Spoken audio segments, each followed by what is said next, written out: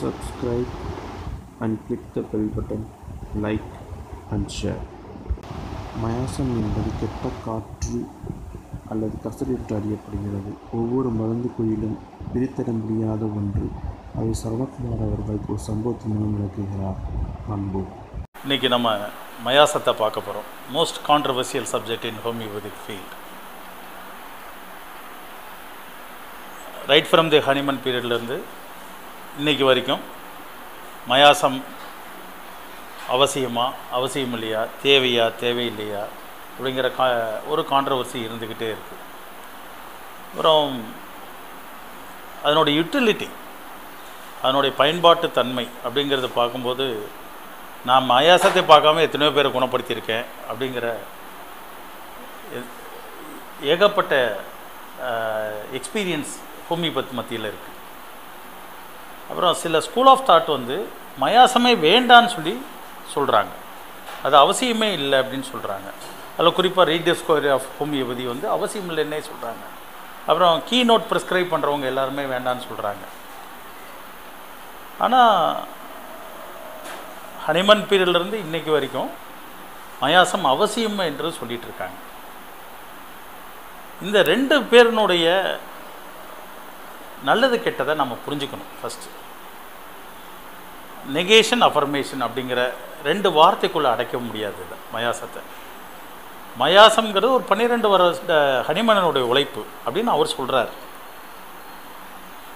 தன்னோட கிரானிக் டிசீஸில் அதை பற்றி ரொம்ப தெளிவாக இதை பற்றியெல்லாம் பேசியிருக்கார். நாம் இது தவறு, அவசியமே இல்லைன்னு சொல்லி தூக்கி போட்டுறவும் முடியாது. மயாசம் இல்லைன்னா நம்ம ஒன்றுமே பார்க்க முடியாது, ஹோமியோபதியை மருந்து எடுக்க முடியாது அப்படின்னு சொல்ல முடியாது நடைமுறையில். நம்ம எத்தனையோ கேஸ், நம்மளை மயாசத்தை ஃபாலோ பண்ண எத்தனையோ பேர்கள் மயாசமே பார்க்காம மருந்து கொடுத்துருக்காங்க, சக்ஸஸும் அடைஞ்சிருக்காங்க. அப்படியும் பார்த்துருக்கோம். அப்போ இந்த ப்ராக்டிக்கல் யூட்டிலிட்டி ஆஃப் மயாசம் அப்படிங்கிறத நம்ம பார்த்தா தான் சரியாக இருக்க முடியும்னு நான் கருதுகிறேன். இந்த இதிலிருந்து நான் மயாசத்தை சொல்லலான்னு முயற்சிக்கிறேன். நீங்கள் இதில் கிரானிக் டிசீஸில் எடுத்து பார்த்தீங்கன்னா வெறும் சிம்டங்களாக இருக்கும். சோறால் இருக்கிற சிம்டம் அவர் எழுதியிருப்பார், இந்த மருந்துக்கெல்லாம் இருக்குதுன்னு சொல்லுவார். அது பார்த்திங்கன்னா சைக்காட்டிக்லேயும் இருக்கும், சிஃபிலிட்டிக்லேயும் இருக்கும். சிஃபிலிட்டிக்கில் சொல்லியிருக்கிறது பார்த்திங்கன்னா இங்கே சோறாலையும் இருக்கும், சைக்காட்டிக்கில் இருக்கும். எப்படி டிஃப்ரென்ஷியேட் பண்ணுறது, எது டிமார்க்கேஷன் ரொம்ப கடுமையாக இருக்கும். ஒரு குழம்புன சூழல் இருக்கும். ஹனிமன் குழம்பிட்டார் அப்படிங்கிற வாதமும் அந்த காலத்தில் இருந்தது, இன்றைக்கும் இருக்குது. நாம் ஹனிமனை சப்போர்ட் பண்ணணும்னு அவசியம் இல்லை, ஆனால் எது உண்மைங்கிறத நோக்கி நம்ம பயணிக்கணும்.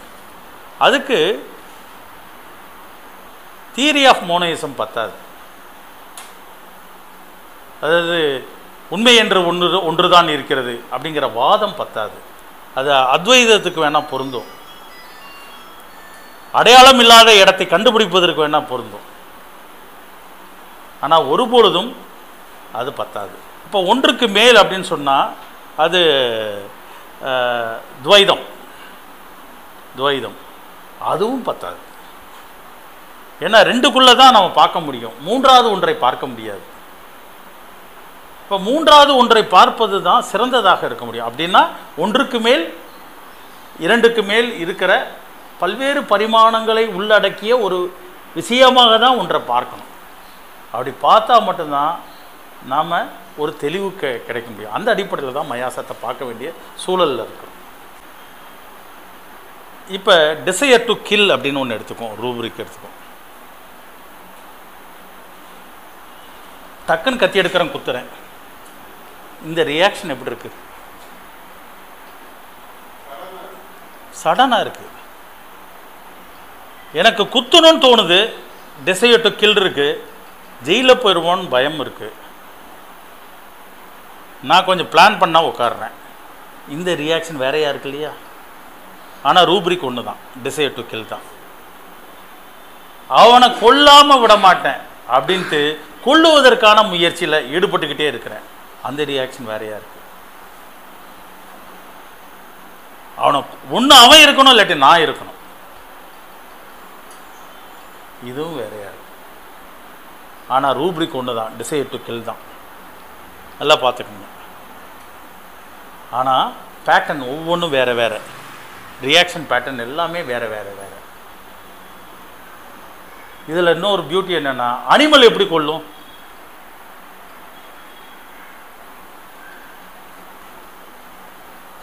அப்படின்னா அனிமல் பேட்டர்ன் உள்ள ஒரு பேஷண்ட் எப்படி கொள்ளுவான்? மினரல் பேட்டர்ன் உள்ள ஒரு பேஷண்ட் எப்படி கொள்ளுவான்? பிளான்ட் நேச்சர் உள்ளவன் எப்படி கொள்ளுவான்? வேறுபாடு இருக்கும். இவ்வளவும் உள்ளடக்கியது தான் டிசைர் டு கில்லுங்கிற ரூப்ரிக். அப்போ டிசைர் டு கில்லை நீங்கள் பார்த்துட்டு வேறு வேறு சிம்டங்கள்லாம் எடுத்து அவன் பிளான்ட்டில் இப்படி இருக்கிறான், இதில் இப்படி இருக்கிறான் அப்படின்னு ஒரு 4-5 காம்போனண்ட்டை பார்த்து தான் நம்ம கண்டுபிடிக்க முடியும். இப்போ எனக்கு குத்துறம் போல் இருக்குது சார் அப்படின்னா என்ன மாதிரி நீங்கள் ரியாக்ட் பண்ணுறீங்க, என்ன மாதிரி நீங்கள் குத்துணுன்னு நினைக்கிறீங்க அப்படின்னு சொன்னால், சார் ஒன்று அவன் இருக்கணும் இல்லாட்டி நான் இருக்கணும்னா அது it's a clear cut of syphilitic மயாசம். ஒரு டெஸ்ட்ரக்டிவ் நேச்சர். இவனுக்கு அதுக்கு மேலே ஒரு சிந்தனையும் இல்லை, அவனோட ரியாக்ஷன் பேட்டர்ன். அப்போ ஒரு ரூப்ரிக்கிலேயே மயாசம் ஒளிந்திருக்கா இல்லையா பாருங்க, ஒளிஞ்சிருக்கு, கட்டாயமாக ஒளிந்திருக்கு. அப்போ அந்த ரூப்ரிக்குக்கும் அந்த ரூப்ரிக்குள்ளே ஏகப்பட்ட மருந்துகள் இருக்குது. அந்த மருந்து ஒவ்வொன்றும் ஒவ்வொரு மியாசத்தை சொல்லுது, ஒவ்வொரு மியாசத்தை சொல்லுது. அப்போ வாட் இஸ் மியாசம்? அப்படி தான் பார்க்கணும். மயாசம்ங்கிறது சாதாரணமாக itch mite or suppression of skin by applying any ointment or external application over the skin, அப்படியாக புரிந்து கொள்ளக்கூடாது. இதுதான் எல்லாரும் புரிந்து கொண்ட ஒரு விஷயம். அது அல்ல, இதுதான் psora. It is a fundamental மியாசம், it is a mother of all the மியாசம் அப்படின்னு சொல்கிற ஒரு பார்வை நமக்கு இருக்கிறது. ஆனால் இதே கெண்டுக்கிட்ட போகும்போது அவர் என்ன சொல்கிறாருன்னா, இந்த இச்மைட்டோ application on the skin, external application on the skin for skin eruption, அதுதான் சோரா என்று நினைத்தால் தவறு என்று சொல்கிறார். அவருடைய பார்வை துன்பமாக இருக்கிறது. It is an ancient sin committed by அவர் ஆன்சிஸ்டர்ங்கிறார். அவருடைய பிபிலிக்கல் லாங்குவேஜாக இருக்குது.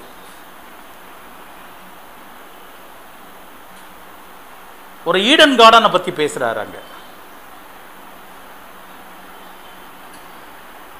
அவங்க சந்தோஷமாக இருந்த ஆடம் அண்ட் ஈவ் சந்தோஷமாக இருந்த அந்த கார்டனில் திடீரென்று ஒரு பாம்பு வந்து இந்த ஆப்பிளை தொடக்கூடாதுன்னு சொல்லியிருக்காங்க, அதை பற்றி பேசக்கூடாது, அதை பற்றி நினைக்கக்கூடாதுன்னு சொன்ன ஒரு இடத்துல பாம்பு வந்து இதை நீ பருகுனா நல்லதாக இருக்கும் அப்படின்னு சொல்கிறாங்க. அதை எடுத்து சாப்பிட்ட பிறகு தான் அங்கே ப்ராப்ளமே வருது அந்த ஈடன் கார்டனில். இதன் மூலமாக கென்ட் என்ன சொல்ல வர்றாருன்னா, ஒருமையாக இருக்கும்போது ஒரு பிரச்சனையும் இல்லை, நல்லது கெட்டது என்று இருமையாக மாறும்போது அங்கே ப்ராப்ளம் ஸ்டார்ட் ஆயிடுதுன்னு சொல்கிறார். சோராக்கு விளக்கம் கொடுக்குறார், புதிய விளக்கத்தை கொடுக்குறார். அப்படின்னு என்னன்னா, ஒருமையாக இருக்கும்போது எந்த ஸ்ட்ரகிளும் இல்லை. நான் சாப்பிடணும்னு நினைக்கிறீங்க, சாப்பிட்றீங்க. நான் வீட்டை விட்டு வெளியே போகணுன்னு நினைக்கிறீங்க, போயிடுறீங்க. சினிமாவுக்கு போகணுன்னு நினைக்கிறீங்க, போயிடுறீங்க. சினிமாவுக்கு போகிறதுக்கு முன்னாடியே ஐயோ வெயில் இருக்குது, ஏசி இருக்குமா இல்லையா, டிக்கெட் கிடைக்குமா கிடைக்காதா அப்படின்னா ப்ராப்ளம் ஸ்டார்ட் ஆயிடுது. அதனால தான் சோறாங்கிறது வெறும் தோல் அல்ல, இந்த தோலில் வரும் பிரச்சனை போல் உள்ள ஏற்கனவே நம் முன்னோர்கள் செய்த பிழை அப்படின்னு சொல்றாரு. It is an ancient sin committed by our ancestors சொல்றாரு. பெரிய வியாக்கானம் இது. ஒரு பெருங்கதையாடலினுடைய தொடக்க புள்ளி அது. இன்றும் முடிவில்லாத முற்றுப்புள்ளி அற்றதாக நகர்ந்து கொண்டிருக்கும் மியாசமாக இருக்கிறது.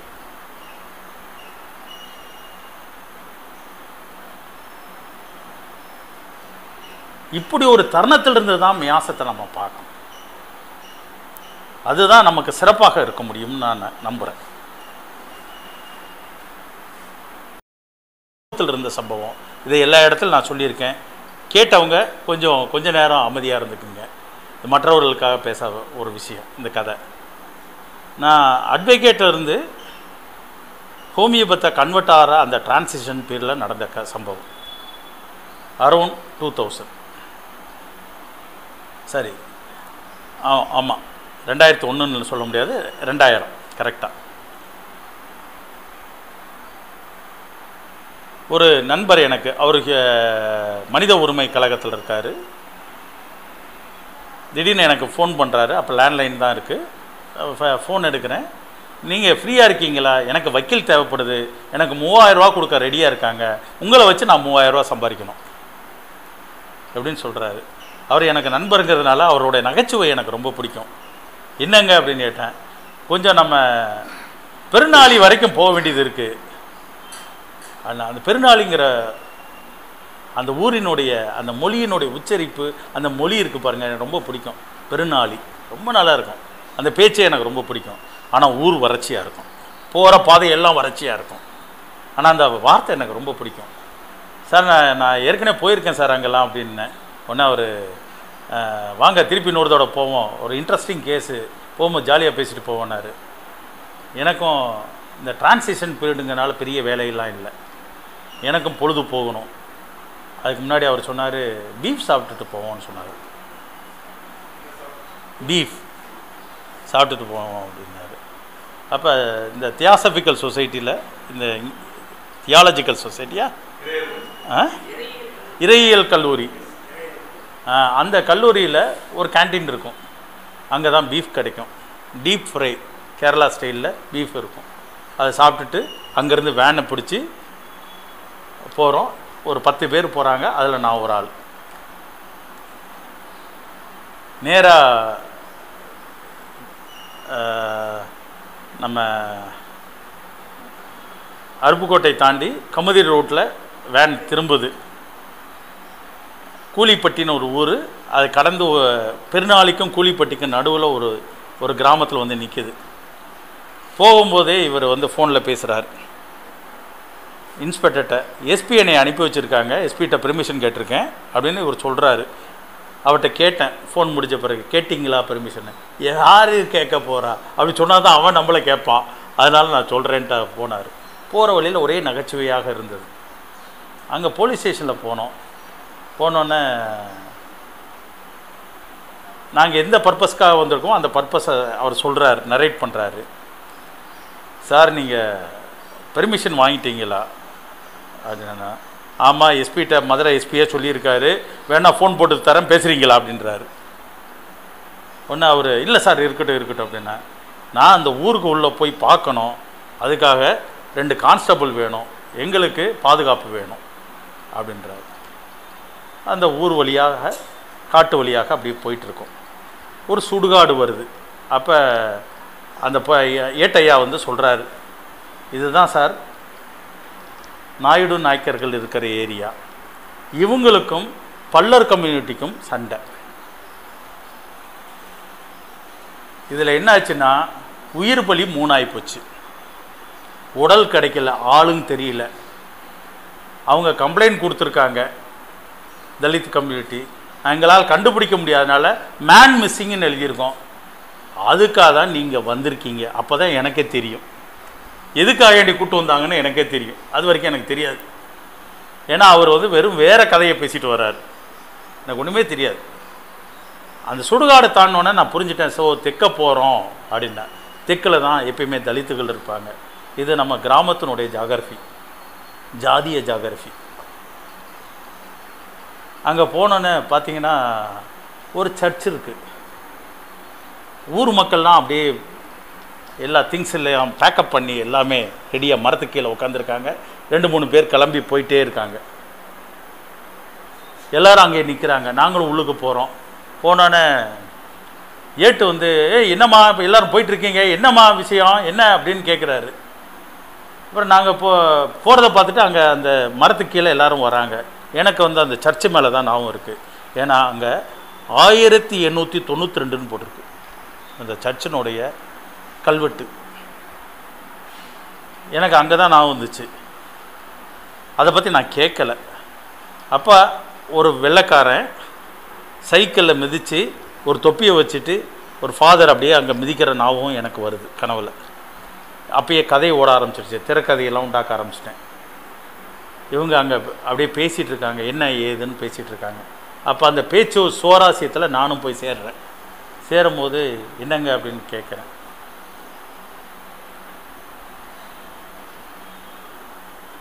அவன் இருக்கான் இல்லையா, இந்த அந்த அந்த இருக்கா பாரு, அவன் வீட்டுக்காரன் 3 வருஷத்துக்கு முன்னாடி சினிமா தேட்டருக்கு போயிருந்துருக்கான்.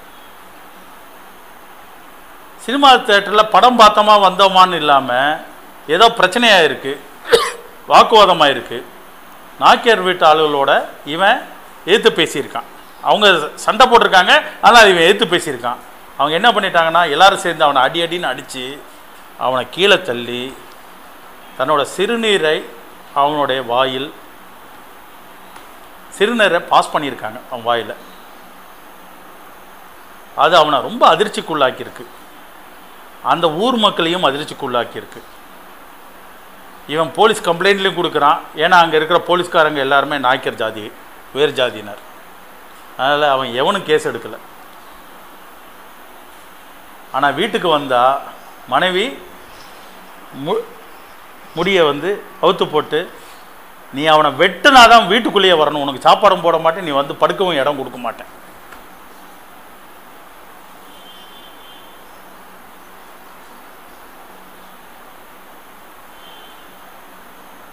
இவனோட மனநிலை எப்படி இருந்திருக்கும் பாருங்க. 3 வருடம் அப்படியே இருந்திருக்கான். என்னைக்கு தான் அசிங்கப்படுத்தப்பட்ட சம்பவம் அவனுக்கு ஞாபகம் இருக்குது, இத்தனாம் தேதின்ட்டு. அதே நாளில் அதே நேரத்தில் கொஞ்சம் முன்னும் பின்னும் 1 மணி நேரத்துக்கு முன்னாடி அதில் தன் மேலே சிறுநீர் கழித்தவனை அருவாளால் வெட்டி அவனை கொன்றான். அந்த ஆளுக எல்லாமே உயர் ஜாதியினர் இல்லையா, சொத்துலாம் இருக்கிறவங்க இல்லையா. உடனே நேராக யார் யார் பலர் ஜாதியினர் இருக்காங்களோ அவங்களெல்லாம் வெட்டுறதுக்கு கிளம்பிடுறாங்க. ஃபஸ்ட்டு ஒரு ஆள் கிடைக்கிறாரு. அவர் யாருன்னா அந்த நாய்க்கர் வீட்டு தோட்டத்தில் காவக்காரராக இருக்கிறவர். அவரை முதல் வெட்டுறாங்க. அது அந்த அதிர்ச்சி சம்பவம் அந்த ஊர் மக்களுக்கெல்லாம் தெரிஞ்சோன்னே எல்லாருமே பதுங்க ஆரம்பிச்சிடுறாங்க. வெளியூரில் இருப்பாங்க இல்லையா, அன்றைக்கி வெள்ளிக்கிழமை சனி ஞாயிறுக்காக வருவாங்க இல்லையா, நைட்டு ஒரு 7 மணி 6 மணிக்கு அந்த ரேஞ்சில் வருவாங்க இல்லையா, அதில் 2 பேரை வளைச்சிட்றாங்க. வெளியூர்லேருந்து வேலைக்கு வந்தவங்க அவங்களே வெட்டிடுறாங்க. கெடையை போட்டுறது, வெட்டின இடத்துல கெடையை போட்டால் ஆடு புழங்கிடும். அப்போ அந்த எவிடன்ஸில் அடிக்கப்படும். அமீருக்கு நல்ல சப்ஜெக்ட் இது.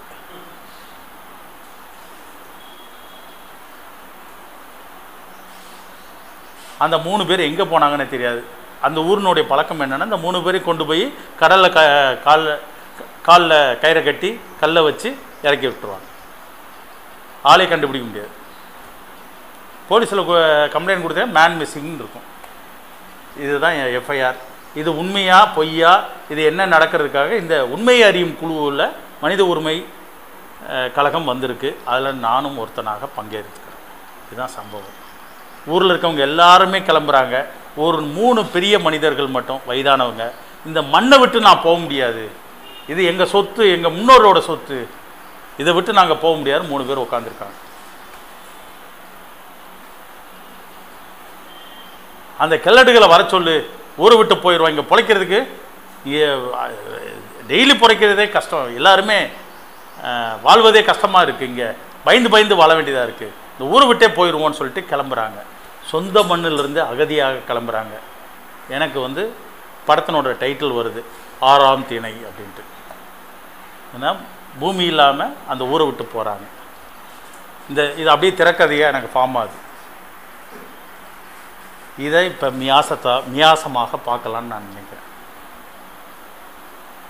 அப்போ தான் புரியும்னு நினைக்கிறேன். இல்லாட்டி மியாசம் புரியாது. சிம்டம் கிரானிக் டிசீஸுங்கிற புக்கை பார்த்தா மியாசம் புரியாது. இந்த மாதிரி கதையை வாழ்க்கையில் நாம் பார்த்த பார்வையிலிருந்து மியாசத்தை பார்த்தா தான் புரியும். இல்லாட்டி புரியாது. 3 வருடம் ஒருத்தன் காத்திருக்கான். 3 வருடம் வீட்டில் அவனுடைய மனைவி அவனுக்கு சாப்பாடு கொடுக்கல, வீட்டுக்குள்ளே அனுமதிக்கலை, அவனை படுக்க விடலை. அவன் வெளியே இருக்கிறான், காத்திருக்கான், வெளியே சாப்பிட்டுட்டே இருக்கான், வெளியூரில் வேலை பார்க்குறான். ஊர் மக்கள்லாம் அவனை எப்படி பார்ப்பாங்கன்னு பாருங்கள். அவனை பார்க்கும் போதெல்லாம் எப்படி இருக்கும்? சிறுநீர் ஞாபகம் வரும், அவனை அவமானப்படுத்தினது ஞாபகம் வரும். அதெல்லாம் நினச்சி பாருங்கள். ஒரு மனிதனுடைய வாழ்க்கையை பாருங்கள். அந்த மனிதனாக வாழ்ந்திருந்து பார்த்தா தான் நமக்கு தெரியும். சிறுநீர் என்ற வார்த்தை கேட்டாலே அந்த ஊர் மக்களுக்கு அவனுடைய ஞாபகம் வரும். அந்த அளவுக்கு மிக ஆழமான ஒரு கொடூரமான துன்பவியல் சம்பவம்.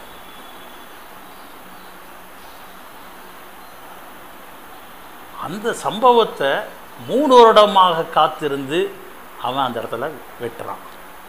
அவனுடைய reaction pattern towards the incident, தான் அவமானப்படுத்தப்பட்ட அந்த சம்பவம் இருக்கு இல்லையா, அந்த சம்பவத்தினுடைய ரியாக்ஷன் பேட்டர்ன் என்னன்னு நாம தெரிந்து கொண்டோம் என்றால் மயாசத்தை புரிந்து கொள்ளலாம்.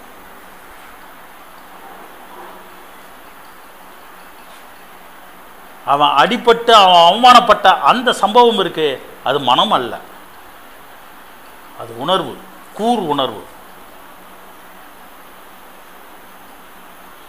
அந்த கூர் உணர்வினுடைய வினையாற்றல் இருக்கு. அவன் எப்படி அதை ரியாக்ட் பண்றான், அது எப்படி வினை புரிகிறான் அப்படிங்கிறது தான் அவனுடைய செயல்பாடு. இது 2 சேர்ந்தாதான் முழுமை. அப்ப சென்சேஷனும் ரியாக்ஷனும் சேர்ந்தாதான் முழுமையாகும். அந்த ரியாக்ஷன் தான் மயாசம். உணர்வுங்கிறது சென்சேஷன். இது 2ஐயும் சேர்த்தாதான் முழுமை பெறும். மனிதனுடைய தான் உணர்ந்த விதமும் அதை நடைமுறைப்படுத்த விதமும் அதுக்காக அவன் வினை புரிந்ததும் செயல்பட்டதும் எல்லாம் சேர்ந்தாதான் முழுமை பெறும். அப்போ போத் ஆர் இன்செப்பரபிள். 2ஐயும் பிரிக்கவே முடியாது. கூறு உணர்வையும் இந்த ஹவு ஹி ரியாக்ட்ஸ்ங்கிறதையும் பிரிக்க முடியாது. 2ஐயும் சேர்த்து தான் பார்க்கணும். சரிதாங்களா? 2ஐயும் சேர்க்காம நம்ம இருக்கக்கூடாது, கட்டாயமாக சேர்த்து தான் பார்க்கணும். அப்போ வாட் இஸ் சென்சேஷன்னா, it is nothing but what it is. What it இஸ்னா அது அதுவாக இருக்கிறது. அவன் என்னவாக உணர்ந்திருக்கிறான் அந்த சம்பவத்தை என்பதுதான் உணர்வு. அவன் எவ்வாறு வினை புரிந்தான் என்பதுதான் மயாசம். வாட்டுங்கிறது சென்சேஷன், ஹவ்வுங்கிறது மயாசம். அப்போ வாட் இஸ் மயாசம் அப்படின்னு சொன்னால், how he reacts acutely, deeply and desperately. அதுதான் மயாசம்.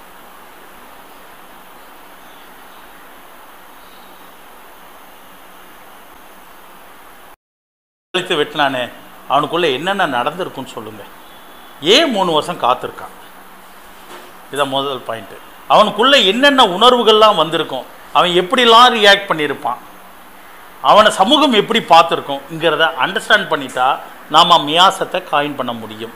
இதுதான் நம்மளோட ஹோம்ஒர்க். இப்போ இதை நாம் சரியாக நம்ம புரிந்து கொண்டோம் என்றால் கட்டாயமாக இருக்கலாம். இவன் அவமானப்படுத்தப்பட்டான், அதற்கு என்ன பண்ணியிருக்கான், எப்படி ரிட்டாலியேட் பண்ணியிருக்கான், வெட்டி இருக்கான். அதில் வெட்டுறதுனா என்னது, நம்ம ஹோமியோபதியில் அழிக்கிறதுன்னு அர்த்தம். அழிக்கிறதுனா என்ன மியாசம்? சிஃபிலிட்டிக் மியாசம். ஒன்று சிஃபிலிட்டிக் மியாசம், ஹனிமன் வாழ்க அப்படின்னு சொல்லிடக்கூடாது. அவன் என்ன மாதிரி உணர்ந்திருக்கான்னு பாருங்க, எப்படிலாம் ரியாக்ட் பண்ணியிருப்பான்னு பாருங்க. அங்கே பெரிய அவமானம் நடந்திருக்கு. கஷ்டமா? எப்படி ரியாக்ட் பண்ணியிருக்கான்? மனைவி முதல் வீட்டுக்குள்ளே வந்தோடனே முடியை அவுத்து போட்டு வீட்டுக்குள்ளே வரக்கூடாது, சாப்பாடு உனக்கு போட மாட்டேன், வெளியே தான் படுக்கணும், உள்ளுக்கு வந்து படுக்கக்கூடாது, இந்த முடியும் நான் முடிக்க மாட்டேன்.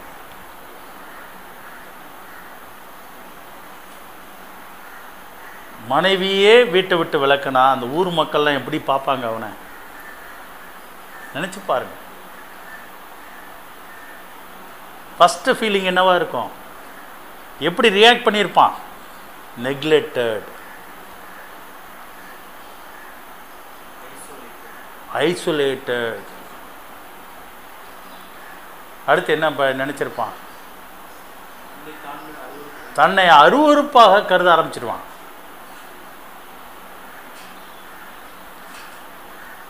படுகேவலமான ஒரு செயலுக்கு நாம் ஆட்பட்டு விட்டோமே அப்படின்னு நினைச்சிருப்பான்.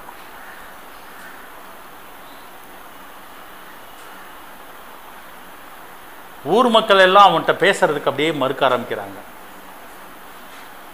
அவனை பார்க்குறவன்லாம் என்ன சொல்லிடுவான்? வேறு ஆம்பளையே இல்லைன்றான். அதுதான் பெரிய கொடூரம். இந்த மாஸ்குலைன் ஜெண்டருக்கு மிக கொடூரமான ஜெண்டர். அவனை ஆண்மையினுடைய இலக்கணமாக மாற்றிடுவாங்க. அது ஒரு அழகான கிராமர்லாம் வச்சுருக்காங்க. தொல்காப்பியர்லாம் தோத்துடணும். இவன் போய் அருவாளை வெட்டுட்டான் ஆண்மை, ஆம்பளை பிள்ளைன்றுவாங்க. இல்லைன்னா சேலையை ஞாபகப்படுத்திடுவாங்க. இது எல்லாம் அவமானமாக அவன் கருதி வாழ்ந்துட்டு இருந்திருக்கான். அப்போ என்ன மாதிரி ஃபீல் அவனுக்கு இருக்கு? Is it a syphilitic feel? Is it a syphilitic feel? It is more then that.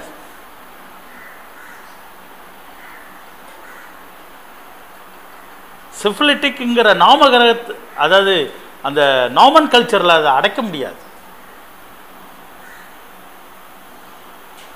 அதை கடந்து ஒன்றாக இருக்கு, அருவருப்பு இருக்கு, எல்லாமே இருக்கு. அதை வந்து சிஃபிலிட்டிக்குள்ள அடக்க முடியாது. அது ஒரு லெப்பர் லைக் ஃபீலிங்.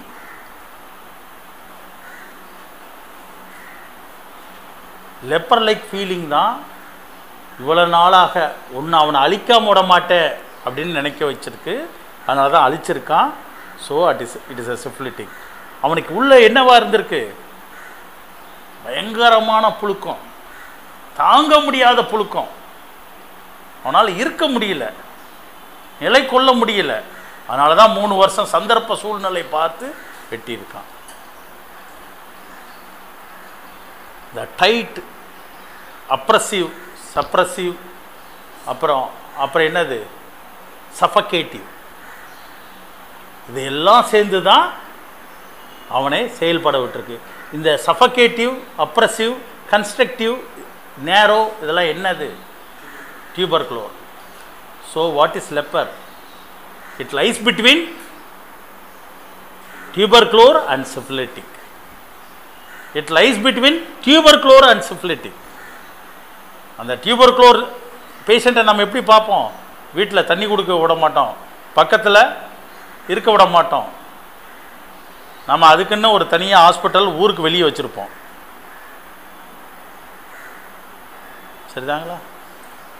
அதுவும் சிஃபிலிட்டிக்கும் சேர்ந்து இது நடுவில் இருக்கிறதா லெப்பர். இந்த லெப்பர் லைக் ஃபீலிங் தான் அவனை வந்து இந்த மாதிரி செய்ய வச்சிருக்கு. இதை சிஃபிலிட்டிக்குள்ளே அடக்க முடியாது. அதே மாதிரி தான் லெப்பர் பேத்தாலஜி இருக்குது பார்த்தீங்களா? அது altogether it is different from syphilitic pathology.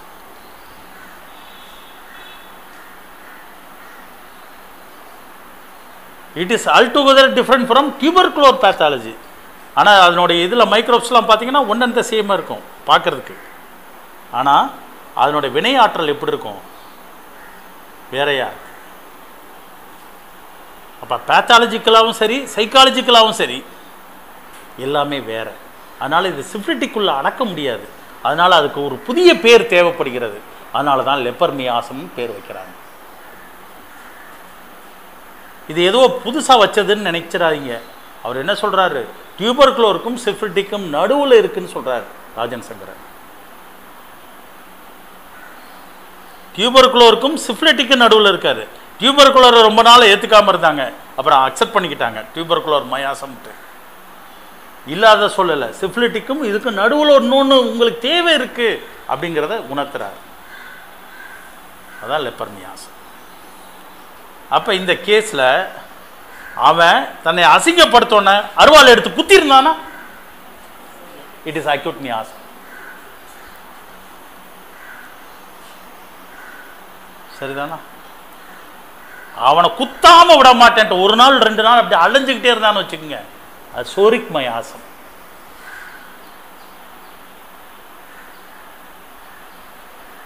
நான் குத்தலைன்னா நான் ஒரு மனுஷனே இல்லை, ஒரு ஆம்பளையே இல்லை, எப்படியாவது அவனை குத்தி ஆகணும் அப்படின்னு சொன்னான்னா அது டைஃபாய்டு மியாசம். It lies between acute and psora. Typhoid மியாசம். I want to come out from the crisis at the earliest. சீக்கிரமாக அவனை குத்தியே ஆகணுங்கிறதுலேருந்து வருது. ஒரு மயாசத்தை சொல்வதற்கு வெட்டுக்குத்து இதெல்லாம் சொல்வது ரொம்ப கடினமாக இருக்குது, எனக்கு ரொம்ப கஷ்டமாக இருக்குது. இருந்தாலும் சொல்ல வேண்டிய சூழல், இல்லாட்டி புரியாது. இது ஒரு த்ரில் மூவியாக கொண்டு போனால் தான் நீங்கள் உட்காந்து கேட்பீங்கிறதுக்காக இந்த மாதிரி கதையை எடுத்து பேசியிருக்கேன். அந்த இந்த டெப்த்தை நீங்கள் உணர முடியுங்கிறதுக்காக இதை சொல்லியிருக்கேன். இதில் ரொம்ப முக்கியமானது என்னென்னா, அவனை கொல்லணும்னு நினைக்கிறான், அடுத்து வந்துட்டு வேண்டாம் அப்படின்னு நினைக்கிறான். பார்த்து சூழல் பார்த்து செய்வோன்றான். திடீர்னு பார்த்து அரிஞ்சு வரும், கொல்லணும்னு நினைக்கிறான், அப்புறம் வேண்டான்னு நினைக்கிறான். இதை மலேரியல் பேட்டர்ன், இன்டர்மிடன்ட். நம்ம காய்ச்சல் வருது இல்லையா, மலேரியல் பேட்டர்ன். அது போல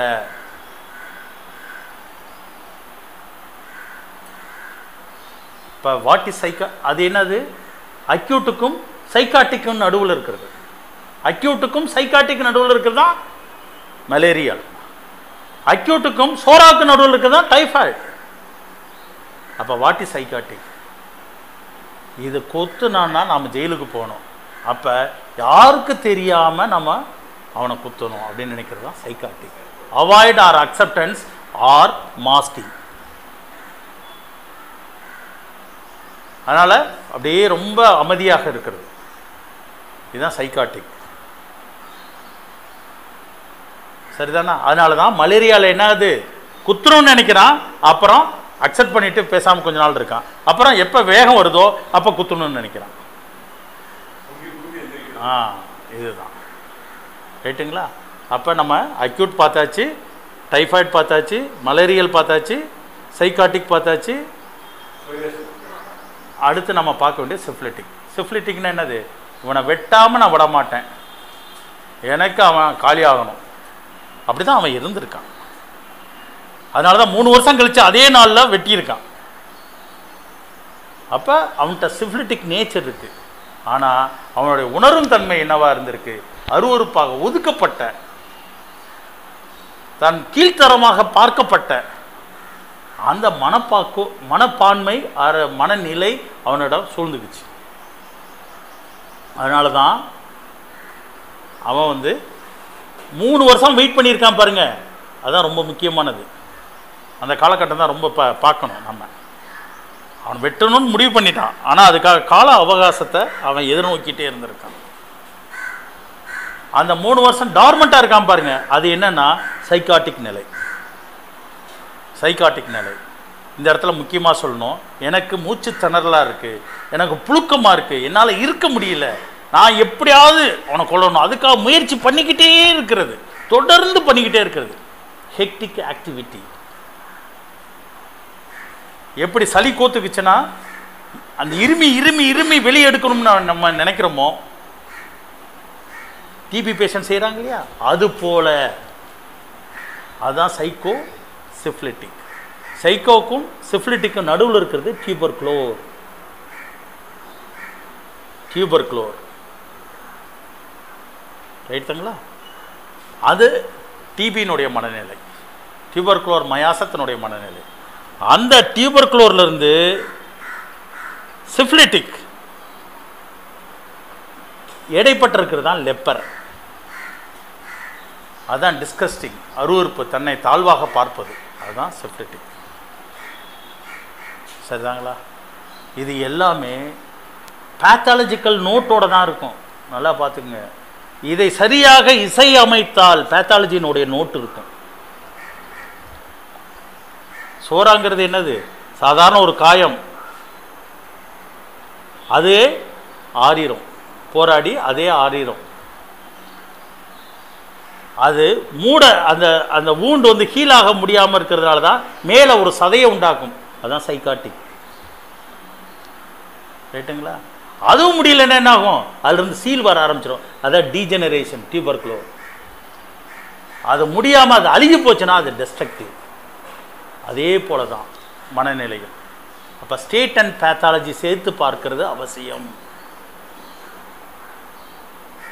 அதான் மனநிலையும் பார்க்கணும், உடலில் அதனுடைய நோய்த்தன்மையும் நம்ம சேர்த்து பார்க்கணும். அது ரொம்ப அவசியமானது. அப்புறம் லாஸ்ட்டில் இருக்கிறது கேன்சர் மயாசம். இதுவும் சைக்கோசிஃபிலிட்டிக் நடுவில் இருக்கிறது. இதில் ஏன் கேன்சர்னு வார்த்தை போடுறாருன்னா, வேறு சைக்காட்டிக்னு சொல்லலாம்ல, வெறும் சிஃபிலிட்டிக்னு சொல்லலாம்ல. கேன்சர்னுடையது என்ன இருக்கும்? இந்த சைக்காட்டிக் ஸ்டேஜ் இருக்கு இல்லையா, தோல் ஒரு கீலாய்ட் ஃபார்மேஷன் உண்டாது பார்த்தீங்களா? இது வூண்டு வந்து ஹீல் ஆகாமல் அது வந்து ஒரு தடிமனாயிருது. அது டீஜெனரேஷன் போனால் டியூபர்குலோர், டெஸ்ட்ரக்டிவானால் சிஃபிலிட்டிக். இந்த இடத்துல கீலாய்டு உண்டாயிட்டு அது மல்டிப்ளை ஆக ஆரம்பிச்சிருச்சுன்னு வச்சுக்கோங்க, அது கேன்சர்.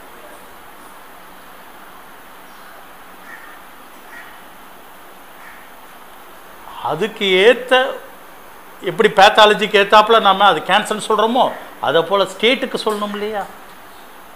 இது வந்து நீங்கள் சிஃபிலிட்டிக்னு சொல்ல முடியுமா? எப்படி சிஃபிலிட்டிக்னு சொல்ல முடியும்? இதை இந்த பேத்தாலஜியை நீங்கள் இந்த பேத்தாலஜி எப்படி சைக்காட்டிக்னு சொல்ல முடியும்? அப்போ இடையில ஒரு வார்த்தை தேவைப்படுது இல்லையா? அது டியூபர்குலோர்னு சொல்ல முடியாது. Because it is not degenerative,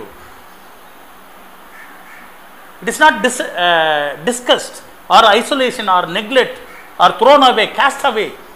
லெப்பரும் சொல்ல முடியாது. அப்போ மூணாவது ஒன்று சொல்லணும் இல்லையா?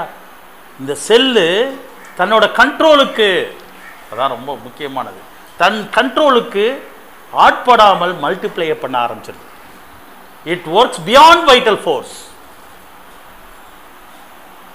வைட்டல் ஃபோர்ஸ் கண்ட்ரோல் பண்ணிடும் மற்ற இடத்துல, இங்கே கண்ட்ரோல் பண்ண முடியாது. அதனால தான் மல்டிப்ளை ஆரம்பிச்சிடும். அப்போ பியாண்ட் கண்ட்ரோல், கண்ட்ரோலுங்கிறது ரொம்ப முக்கியமானது. பெர்ஃபெக்ஷன் இருக்காது.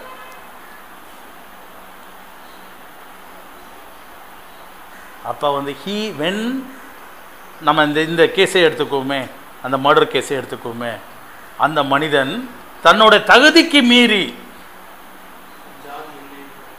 ஏன்னா தான் தாழ்ந்தவன், அவங்க உயர்ந்தவங்க, பணக்காரங்க, சூப்பர் ஹியூமன் கண்ட்ரோல் இருக்கு, அவனை எதிர்த்து, அதனால தான் 3 வருஷம் அப்படியே வெயிட் பண்ணிட்டு இருந்திருக்கான். ஆனால் அவனுக்கு ஆக்சுவலாக என்னென்னா அவமானம், கேஸ்டவே, டிஸ்கஸ்ட் இருந்ததுனால தான் அது லெப்பர்மியாசம் நான் சொன்னோம்.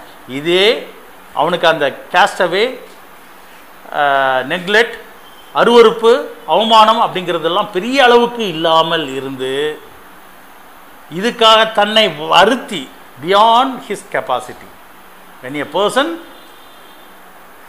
goes beyond his capacity will naturally end in cancer. அந்த மாதிரி தன்னை தானே வருத்தி மிக கடுமையாக 3 வருடம் கழித்து அவங்கள கொண்டிருந்தானா அது கேன்சர் மியாசத்தினுடைய ரியாக்ஷன் பேட்டர்ன். அப்போ ஒரு சாதாரண ஒரு கொலை சம்பவத்தை மயாசமாக எனக்கு சொல்வதற்கு ஒரு வாய்ப்பு என்னுடைய வாழ்க்கையில் ஒரு அனுபவமாக அந்த சம்பவம் அமைஞ்சிருக்கு. அதனால தான் எனக்கு அது 2000 வந்தனால தான் மயாசம் புரிந்து கொள்ள முடிஞ்சது. பேஷண்ட் வந்தோடனே நான் என்ன மயாசத்தில் இருக்காங்கன்னு என்னால் தெரிய முடிஞ்சது. ஏன்னா நான் என்னுடைய பாடங்கள், நான் சொல்லும் விதங்கள் எல்லாமே டெக்ஸ்டாக இருக்காது, என்னோடய வாழ்க்கையினுடைய அனுபவங்களாக இருக்கும். என்னால் சொந்த அனுபவத்தில் இருந்து தான் எல்லாத்தையுமே படிச்சிருக்கேன். அது குறிப்பாக சமூக யதார்த்தத்தில் இருந்து தான் என்னுடைய படிப்பினைகள் சொல்லியிருப்பேன். அப்படியாக தான் எனக்கு இந்த கதை மிக முக்கியமானதாக இருக்குது. மியாசம்ங்கிற கான்செப்டை பொருந்தி சொல்வதற்கு இந்த கதை உபயோகமாக இருக்குது சொல்லி முடிச்சிருக்கேன். ரீடிஸ்கவரி ஆஃப் ஹோமியோபதியில் வந்து மயாசம் வேண்டியதில்லை அப்படின்னு சொல்கிறாங்க. இது சொல்வதனாலே மயாசம் கான்செப்டே தப்பு அப்படின்னு புரிஞ்சுக்க வேண்டாம். ஏன்னா அதில் மிக முக்கியமாக மருந்து தேர்வுக்கு அவங்க ட்ரிபிள் பி சொல்லுவாங்க. ப்ரெசன்ட், ப்ரீடாமினேட்டிங், ப்ரெசிஸ்டிங்னு சொல்லுவாங்க. இந்த 3 ரொம்ப முக்கியமான வார்த்தைகள். ப்ரெசன்ட் அப்படிங்கிறதுனா ப்ரெசன்டிங் கம்ப்ளைண்ட். அது எது வேணால் இருக்கலாம். லைஃப் சுச்சுவேஷனை சொல்லலாம், சிக் சுச்சுவேஷனை சொல்லலாம், அது பேத்தாலஜியும் அட்ரஸ் பண்ணலாம். அப்போ வந்து நேரடியாக அவங்களுடைய பேத்தாலஜி அட்ரஸ் பண்ணுறாங்க. அவங்க அந்த பேத்தாலஜிக்கான சைக்காலஜிக்கல் ஸ்டேட்டை சொல்கிறாங்க. இல்லைன்னா அவங்களோட லைஃப் பேட்டர்னை சொல்கிறாங்க. ப்ரீடாமினன்ட் அப்படிங்கிற வார்த்தை என்னென்னா எது தலைமையாக இருக்கிறது, பிரதானமாக இருக்கிறது. ப்ரெசண்ட் மட்டுமல்ல, எது பிரதானமாக தலைமையாக இருக்கிறது, ப்ரீடாமினேட்டிங் அப்படின்னு சொல்லும்போது அது இன்னும் ஃபோக்கஸ் ஆகுது. என்ன வகையான பேத்தாலஜி, அதை இன்டென்சிட்டி ஆஃப் பேத்தாலஜியை சொல்லுது. அதனுடைய சைக்கோ ஆஸ்பெக்ட் அதில் வந்து ஃபோக்கஸ் ஆகுது. எந்த அளவுக்கான, எந்த மாதிரியான அவன் சொல்ல வரான் அப்படிங்கிறது வருது. அது இன்னும் முக்கியமானது என்ன, அதனுடைய ரியாக்ஷன் பேட்டர்னை சேர்த்து வருது. கேட்டுங்களா? அடுத்து பெர்சிஸ்டிங், அதான் ரொம்ப தொடர்ச்சியாகன்ற சொல்கிறதே என்னென்னா தொடர்ச்சியான உணர்வும், அதான் ஃபீல்னு ஆர்வச்சில் சொல்லுவாங்க. அதனுடைய ரியாக்ஷன் பேட்டர்னை சேர்த்து தான். வெறும் ஃபீல் மட்டும் சொல்ல முடியாது. So feel and reaction cannot be separated, it is inseparable. அதனால் துல்லியமாக நீங்கள் கரெக்டான ரூப்ரிக் எடுத்துட்டிங்கன்னா அது இட் இஸ் இன்க்ளூசிவ் ஆஃப் மயாசம், இம்ப்ளைடாக இருக்குது.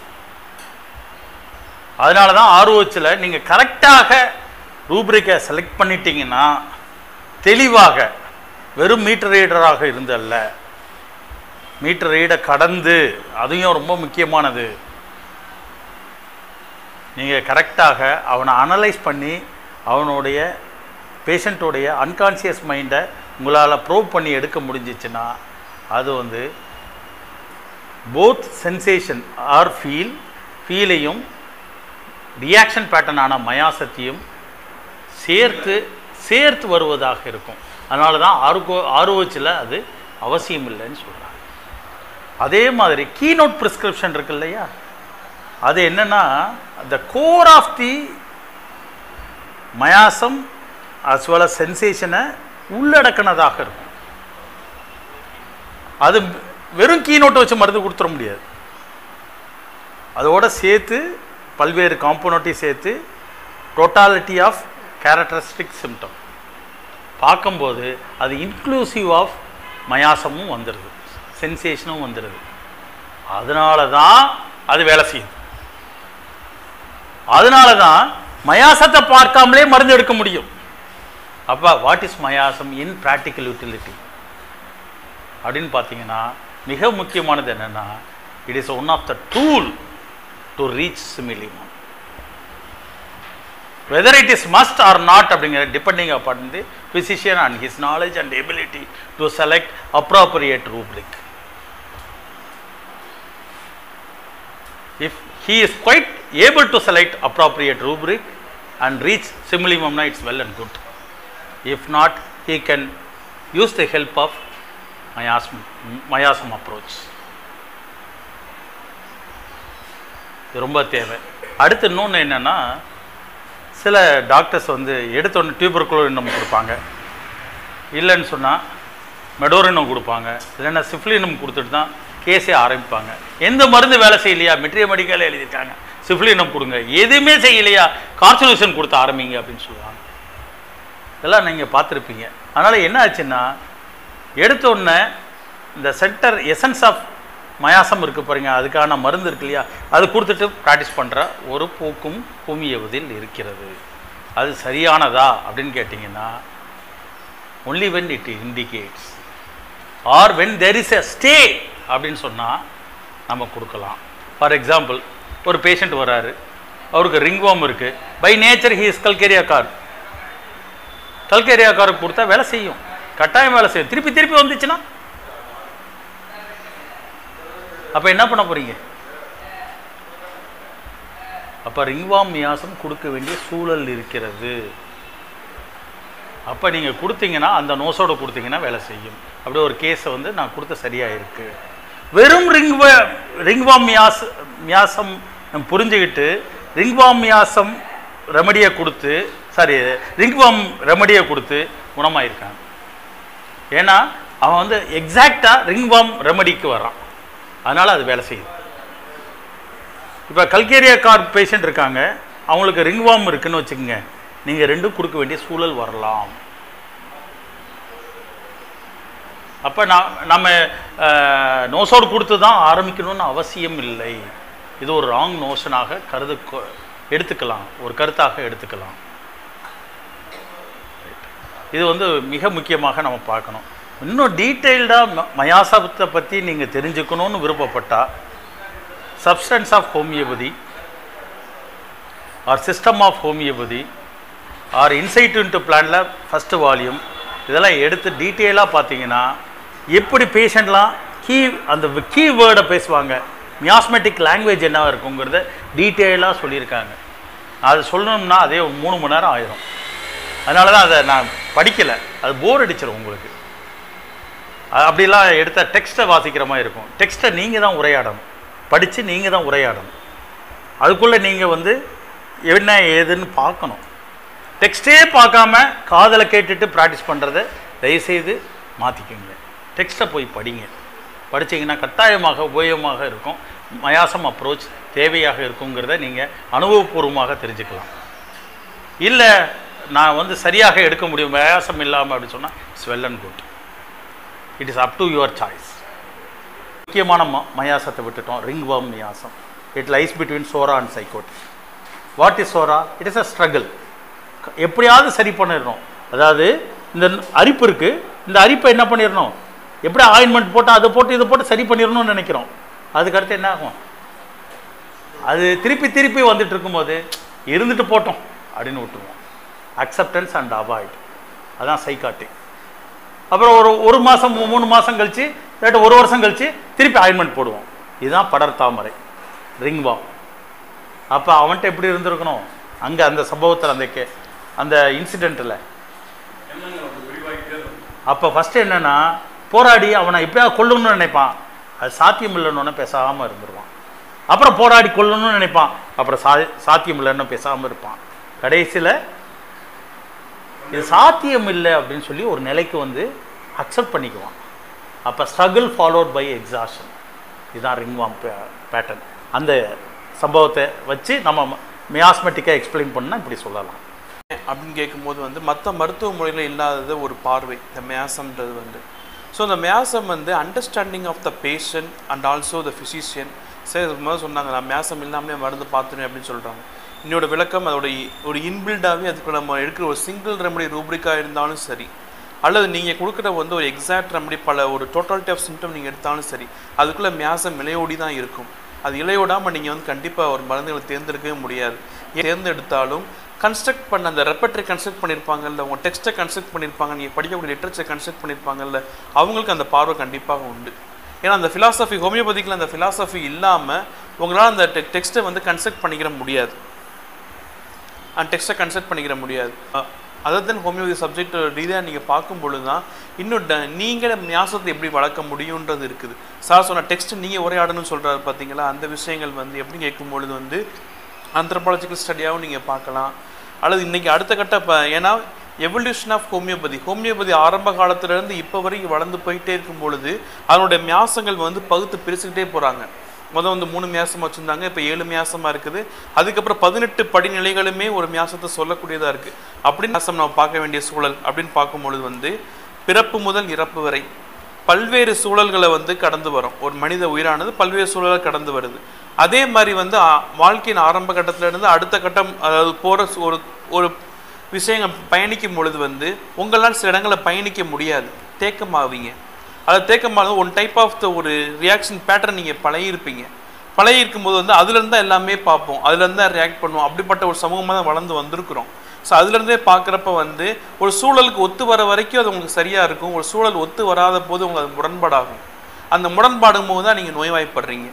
அது என்ன வகையான சூழல் நீங்கள் முரண்படுறீங்க, நீங்கள் எப்படி பெர்சீவ் பண்ணீங்க, ஒரு விஷயத்தையோ ஒரு போராட்டத்தையோ ஒரு பிரச்சனையவோ நீங்கள் எப்படி பெர்சீவ் பண்ணீங்க, அது எப்படி ரியாக்ட் பண்ணுறீங்க, இது வந்து சப்ஜெக்டிவ் ஃபீல். ஆப்ஜெக்டிவாக ஒரு ஃபிசிஷியன் பார்க்குறப்ப மியாசம் எப்படி, சப்ஜெக்டிவாக நம்ம எப்படி ஃபீல் பண்ணுறது, ஃபிசிஷியன் இது ஃபீல் பண்ணி தான் ஆகணும். அப்போ ஃபீல் பண்ணும்பொழுது சப்ஜெக்டிவாக மியாசத்தை எப்படி ஃபீல் பண்ணுறது, அப்போ நீங்கள் ஃபீல் பண்ணும்போது தான் how to perceive the patient, இது எல்லாமே இன்க்ளூட் ஆகும்பொழுது தான் உங்களுக்கு வந்து exact find out the remedy கொடுக்க முடியும். அப்படின்றதுக்காக தான் ரொம்ப மனிதனுடைய மாற்றங்கள்ல அங்கங்கே சில தேக்கங்களும் சில இடர்பாடுகள் விட்டு விட்டு செல்ற போகிறப்ப வந்து அதனுடைய சொச்சங்கள் எங்கோ தொடர்ந்துகிட்டே போகுது. அது ஒரு தலைமுறையாக தொடர்ந்துட்டு போகலாம், அல்லது ஒரு இனத்துக்குள்ளே தொடர்ந்துட்டு போகலாம். அது எங்கேயாவது ஒரு பிரச்சனையை ஃபேஸ் பண்ணும்போது வந்து உங்களுக்குள்ள வந்து அந்த ஒரே ரெக்கார்டு தேஞ்ச ரெக்கார்டே பாடிட்டு இருக்கும் பொழுது, அல்லது ஒரே வகையான பேட்டர்ன் லைஃப் பாடிட்டு இருக்கும் பொழுது தான் நீங்கள் அந்த பெத்தாலஜிக் சுச்சுவேஷனை உணர முடியுது. அதை சரி பண்ணுற அதை உணர்றதுக்கு தான் மயாசமுடைய அண்டர்ஸ்டாண்டிங்.